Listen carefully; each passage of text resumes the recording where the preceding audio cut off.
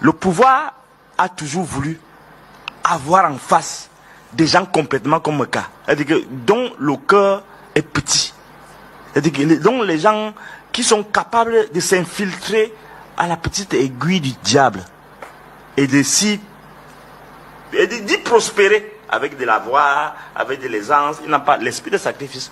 Parce que comme eux, le pouvoir leur est tombé entre les mains sans se sacrifier. Moi, je vous assure que on a beau dire que lui, il aime bavarder, il aime critiquer. Nous sommes au cœur de l'imposture. Ces gens qui gouvernent là, c'est des imposteurs. Et ça, j'assume mon mot. C'est de l'imposture pure. Bon, quand vous voyez mon petit frère Meka dit, les gens se fassent souvent contre lui, mais non, il fait son travail. Et il le fait bien.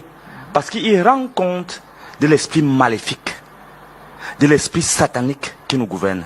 Je ne dis pas qu'il est satanique, mais cet instinct d'effacer la figure imputrescible de Dieu. C'est ça qui se passe. Il y a une chanson là qu'on chante souvent. C'est-à-dire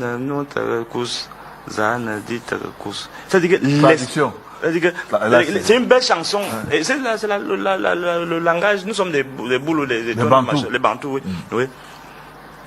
Mais jusque-là, vous n'avez pas traduit. C'est-à-dire que viens manger à la table du Seigneur. C'est-à-dire que l'esprit, quand on chante ça, c'est-à-dire que l'État c'est l'incarnation de Dieu. C'est Hegel qui le dit. C'est-à-dire de la raison.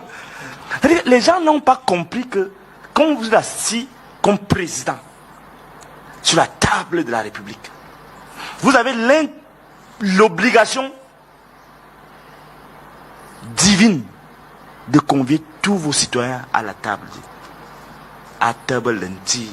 C'est-à-dire qu'ils ont confisqué donc l'intérêt général à la manifestation d'une grégarité individuelle qui impacte toute la République. C'est pourquoi je parle d'imposture. Parce que si on m'arrête, ils vont me juger pendant 1 an, 2 ans, 3 ans. Parce que je vais leur expliquer pour qu'ils comprennent bien, parce qu'ils ne comprenaient rien du fonctionnement de l'État. Et quand je dis c'est pas parce que je suis prétentieux, c'est parce que quand on est été à l'école véritablement, on ne peut pas faire certaines choses. Les Atanganji, les Galaxes et tout quoi, qui vont, ne m'interromps pas, je te parle des faits, des hommes qui dirigent ce pays. Vous savez que je vous interromps alors que vous ne devez pas citer les noms des gens, vous le savez aussi, non? Non, je dois citer. Non. Attendez, je vais vous dire quelque chose. Je dois vous dire quelque chose, monsieur, qui nous regardez. Vous dites que non, il faut critiquer le régime comme ça, il ne faut pas indexer les gens. Mais ça, c'est une aberration. Nous, en philosophie, on doit dire qui fait quoi. Sinon, tu ne vas pas comprendre que tu fais mal.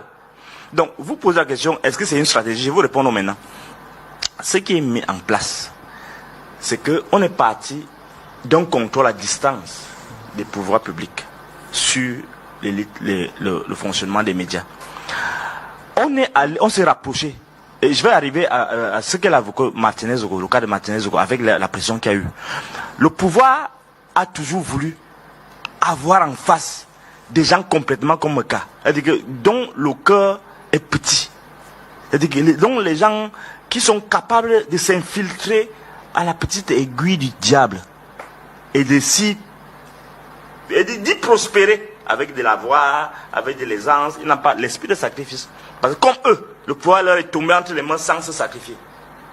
On ne peut pas dire le contraire. Donc, au départ, le pouvoir de Yaoundé a voulu d'abord manipuler la presse de loin. Et ils se sont rendus compte que non, ça ne suffit pas. Il faut aller brutalement. Vous allez voir Piou Jaoué, ils sont allés même tuer les gens. Donc on a vraiment, on allait plus brut. Maintenant, ils se sont rendus compte que non, là, il y aura une pression internationale. Il faut qu'on trouve d'autres moyens.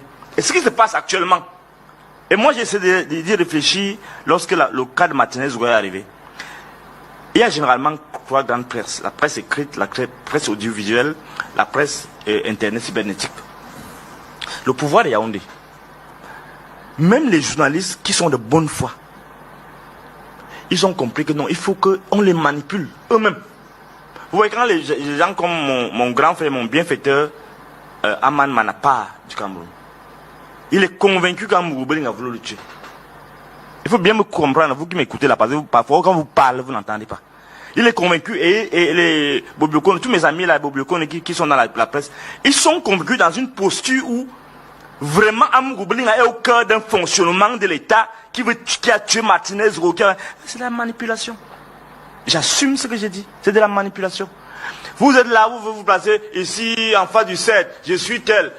Les enquêtes journalistes se font au niveau du 7. Réfléchissons le minimum du journalisme. Moi, j'ai fait 2 ans, presque 3 ans d'études de journalisme à l'Université libre de Bruxelles. Avec pour maître, ma directeur de thèse, c'était Marie-Soleil Frère. J'ai pas terminé ma thèse, qui était déjà bien avancée. Mais ça, je n'en parle pas souvent. Donc, je connais un peu le fonctionnement. Quand on vient ici, nous, on a été au Canada partout, on a quand même fait un peu des petites formations en détective privé. Est-ce qu'on va venir raconter ça ici? Les imposteurs qui sont là, les incompétents qui sont là, aiment bien se vanter. Alors, on a fait une enquête, on a essayé de réfléchir, on a vu la situation. Tout ce qu'on a fait, c'est manipuler l'opinion. Et là, vous êtes contente, madame. Il y a le procès. J'y vais demain matin, j'y suis là tous les jours. Mais il n'en sortira rien. Bon, vous allez dire que oui, je suis pessimiste. Mais alors, pourquoi j'ai dit ça? Pour sortir. Pour sortir. Pourquoi? Oui. C'est la première fois d'ailleurs. Oui, c'est la première fois. Donc, ce qui est sûr, donc, c'est quoi? C'est que maintenant, le pouvoir a réussi, le tour de force, maintenant, d'utiliser la manipulation médiatique avec les petits lanceurs d'alerte, vous allez voir. Et c'est très dangereux pour le public parce que le journaliste devait être l'éclaireur.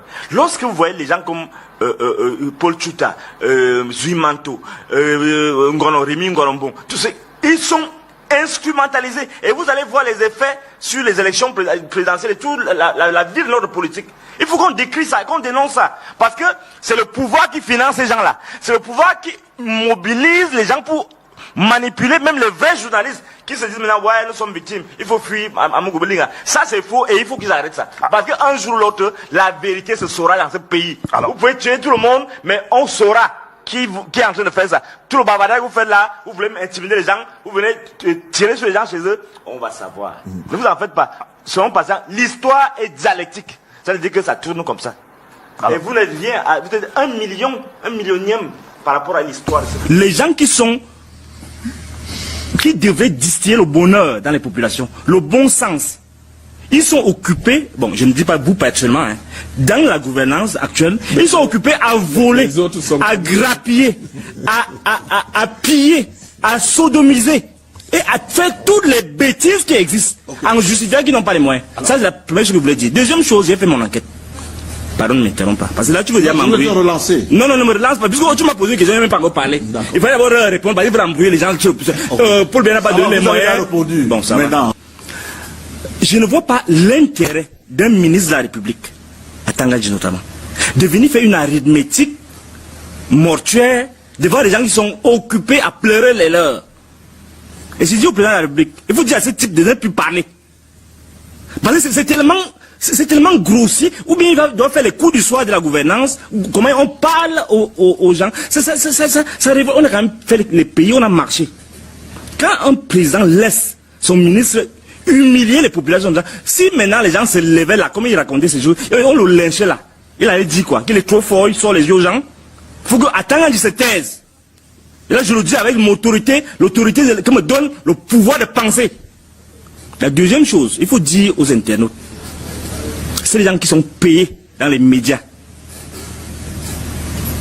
et qui donnent des fatwas.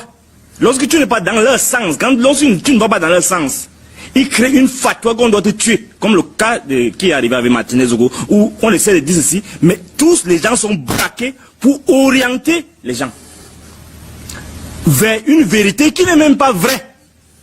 J'ai appelé le bonhomme, je lui ai dit, monsieur le ministre. Monsieur le ministre. J'ai dit, c'est un bonhomme. Ouais. J'ai dit, c'est un monsieur. C'est un monsieur. Oui, c'est un monsieur. C'est différent d'un bonhomme quand même aussi. Tu m'apprends le français. Vous parlez français comme moi. Attends. Quand je dis, j'ai appelé le bonhomme, ça veut dire que j'ai appelé le bonhomme. C'est comme le récit. D'accord. C'est la littérature. Vous avez appelé. J'ai appelé le bonhomme, j'ai dit, monsieur le ministre, là, je rentre dans la logique. Quand je raconte mon histoire, c'est différent quand je parle aux gens. J'ai dit, monsieur le ministre, il vous est reproché d'avoir tué les gens. Je le dis comme ça brutalement. Bon, il était d'abord surpris que je l'appelle et il m'a répondu comme il m'a répondu. Je vais quand même vous dire les discussions que j'ai eues avec le ministre de la République. Le peuple est fort. Donc tous les bruits, embrouilles que vous faites là, que vous êtes trop fort, vous intimidez les gens, le peuple va vous avoir. Parce que quand vous voyez le génie avec lequel les gens s'organisent pour créer une affaire, la question d'argent avec les gens-ci, c'est la magie. On ne comprend pas qu'est-ce qu'ils font avec l'argent, on ne comprend pas une telle gloutonnerie. C'est-à-dire que les gens sont devenus des sauvages, au sens propre. Tout ce qui concerne l'argent, ils sont là, ils sortent les yeux. Et c'est ça donc vous voyez tout ce qui a basculé. Et ça m'interpelle à un autre niveau. Vous savez, comme vous êtes assis là, certains Belgiques vaut peut-être 60 personnes comme moi. C'est-à-dire que sa valeur est cataloguée parmi les gens du pouvoir. Donc ils ont établi les règles. Donc son fils me vaut peut-être 10 fois. Lui-même me vaut peut-être 60 fois. Pourquoi je dis ça? Pour que vous compreniez l'importance dans la hiérarchie de la considération qu'ils donnent aux Camerounais. Je prends l'exemple simple. Lorsqu'il y a eu une menace d'éboulement au niveau de Mendon, je crois le sous-préfet de Mendon, ils ont soupçonné que sa maison peut tomber. Il y a eu un éboulement. On a juste soupçonné. On a dit quitte vite. On est parti le reloger. Allez voir, c'est ici à côté. On est parti le relever. Donc ça veut dire que sa vie, parce qu'il est sous-préfet, vaut la soixantaine des gens qui sont morts là, ou bien 70 maximum. Nous sommes donc interpellés par cette gestion des hommes. Des gens ont complètement démissionné devant leurs responsabilités. C'est-à-dire que quand vous les voyez là, ils font semblant d'être sérieux. Ils sont leurs activistes. Et c'est important qu'on le dise ici parce que toutes les catastrophes qui vont venir, c'est comme ça qu'ils vont monter le peuple les uns contre les autres en créant pour pousser les gens à bout. Et c'est les gens, les Rémi Ngono, les Malvalzero, toute la bande des gens qui sont achetés pour traverser la vérité. C'est eux que les gens disent non, c'est les meilleurs, c'est les meilleurs. Donc, les gens ne pleurent pas la mort des gens.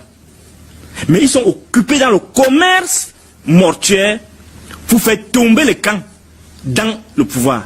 Et c'est bien dommage parce que c'est le peuple toujours qui pâtit.